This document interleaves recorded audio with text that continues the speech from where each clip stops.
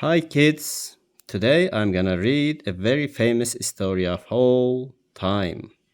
The story of Pinocchio. Let's get started.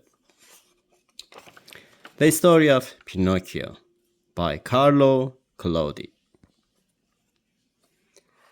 Once upon a time there was a piece of wood.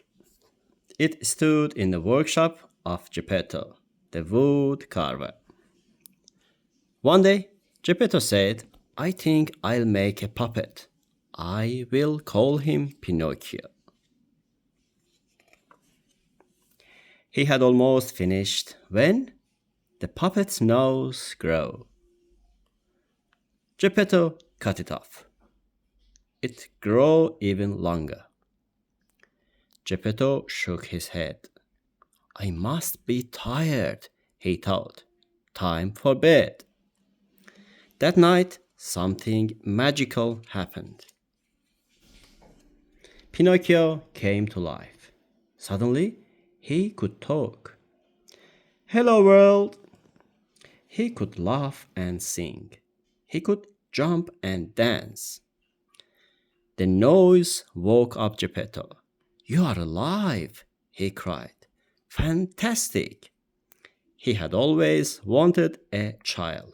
A talking puppet was almost as good. But Pinocchio was the naughtiest puppet. He didn't like doing what he was told. He refused to tidy up and he was always playing tricks. Geppetto loved him so much. He never once got cross.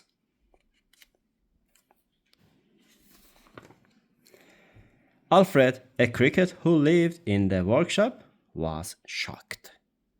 You bad puppet, be kind to your father. Be quiet, shouted Pinocchio, hurling a book. Poor Alfred. The book hit him hard and he died. Pinocchio just shrugged. Alfred became a ghost cricket. After that, only Pinocchio could see Alfred. Where's Alfred? Have you seen him? I haven't seen him for ages, lied Pinocchio. And something funny happened. His nose grew. What's going on? The more Pinocchio lied, the longer his nose grew. I'm telling the truth. I really am. No, you are not. Geppetto frowned. Pinocchio, what did you do? Pinocchio grew scared and ran out of the house. He bumped into a grinning fox.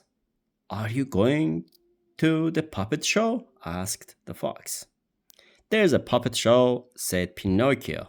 I want to see that. This is a bad idea, Cricket said. Pinocchio didn't have any money for a ticket, so he sneaked inside. The show was amazing. Then the puppets saw Pinocchio in the crowd. Hello, puppet! One called out and the show stopped. Another puppet, cried the puppet master. You must join my show. He chased after Pinocchio. Pinocchio ran and ran into the forest. Help! Panted Pinocchio. The puppet master had almost reached him. Just then, a door opened in a tree. Quick, in here! Pinocchio ducked inside. There stood a blue fairy. She was not happy. You've been a very naughty puppet. He has. But at least I'm safe now, thought Pinocchio. The kind blue fairy made Pinocchio an incredible promise. If you go home and behave, You will become a real boy. I'll go home soon, thought Pinocchio as he left. First, I want an adventure. Outside the tree, he saw the fox. Why don't you visit Toyland? Said the fox. It is perfect for puppets. It's just across the sea. Don't listen, go home. Toyland sounds fun, said Pinocchio. He stole a boat and rowed as hard as he could. Back in his workshop, Geppetto decided to look for Pinocchio. He built a boat, filled it with supplies, and set out. But a terrible dogfish swallowed him and his boat in one. In Toyland, Pinocchio was having a wonderful time. Every day was a holiday. He could eat ice cream whenever he wanted and play with his friends all day. There was no bedtime. Sometimes his friends didn't come to play. Have you seen little Alice? Pinocchio was having too much fun to worry. Then one dreadful morning he woke up with donkey's ears. Pinocchio was terrified. By the evening, Pinocchio had completely turned into a donkey. Pinocchio burst into tears. The blue fairy heard him sobbing. I'm sorry, I promise I'll be a good boy. Please change me back. She waved her wand and he was a puppet again. She gave Pinocchio a boat and he went to sea. He couldn't wait to see his father. But the terrible dogfish had other ideas. It swallowed Pinocchio and his boat in one big gulp.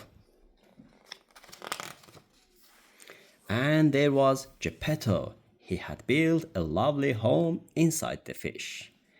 Pinocchio? Pinocchio ran to his father for a hug. Dad, now we need to get out of here, Pinocchio said. Luckily, the dogfish was ticklish. It started to sneeze and they shot out into a storm. The wind howled. The waves were like mountains and it was very, very cold. When they arrived home, Geppetto was sick. Pinocchio took care of him. He cooked every meal. He found a job so he could buy medicine. The work was hard and the days were long. Pinocchio didn't complain, he just worked. Finally, Geppetto was better. It was the happiest day of Pinocchio's life. That night, the blue fairy came to visit Pinocchio. I'm so proud of you, she whispered. When Pinocchio woke up, something magical had happened. I'm a real boy. I'm alive. And Pinocchio, Geppetto, and Alfred lived happily ever after. That's the end of this lovely book and the story of Pinocchio. See you. Bye.